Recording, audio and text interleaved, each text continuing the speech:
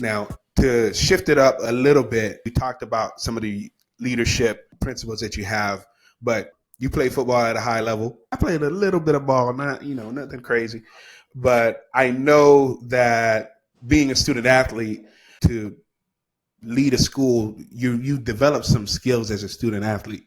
And some of those skills, I know that they come through in my entrepreneurial journey. So can you tell me about some of the skills that you may have learned on the football field that translate to your role as principal? I really don't want to sound redundant, but it goes back to the core values. Like I told you, it's a collection of things that I've done. So when I say, doing all the work, I remember, man, like when you get first exposed to just that mindset, like what is work? And I was telling my staff, right, talk about what champions do. I remember when I played football in Merge State, for those of you who don't know. When I first got there, I had a set of coaches. They really didn't monitor the weight room. So we would go in there, we was in there with one strength coach, right? One strength coach.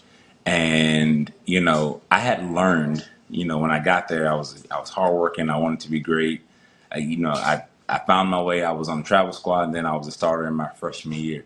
But I had worked my tail off before I got there. But when I got there, a few things happened. There was, we were running our 110s, and I was running them too hard, apparently. So one of the juniors came over to me. He was like, "Hey, man, I'm going to show you how to run these things because you're making us all look bad.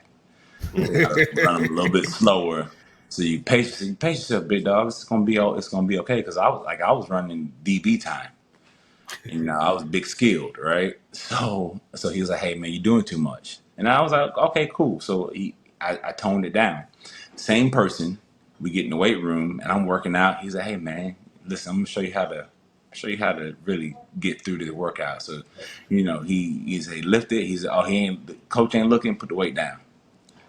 Look in the mirror, pretend like you did something. So we would go in for an hour and work out for 30 minutes.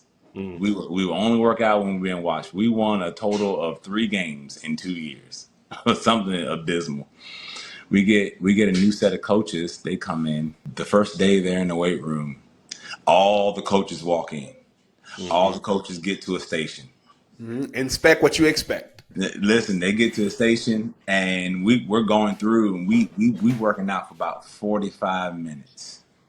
45 minutes, and he stops, and because we're about to die, he sees us. He said, "Hey, man, we ain't did but 60% of what I want to do." We're like, 60%. He was like, "Yeah." He says that's just the warm up. I was like, "What?" Hey. So he paused. He let us get some water. We proceeded to work out for 2.5 hours that day. He pulled us aside. He says, "This is what champions do." It wasn't. He says, "This is you want to win ball games. It has nothing to do with what you do on the field on Saturday. He says those Preparation. games are scheduled." He says, "You want to win ball games. This is where it happens. That you don't win or lose on the day that you show up to the event.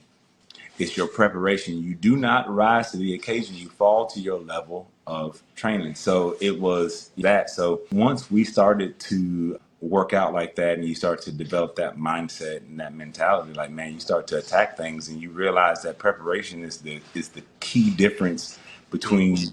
is what you don't see that makes me special. Mm. Yeah, Yo, that's that's good. that's that's really good. I love it. Um, You don't rise to the occasion. You fall to your level of training. you fall to your level of training, That's absolutely. beautiful.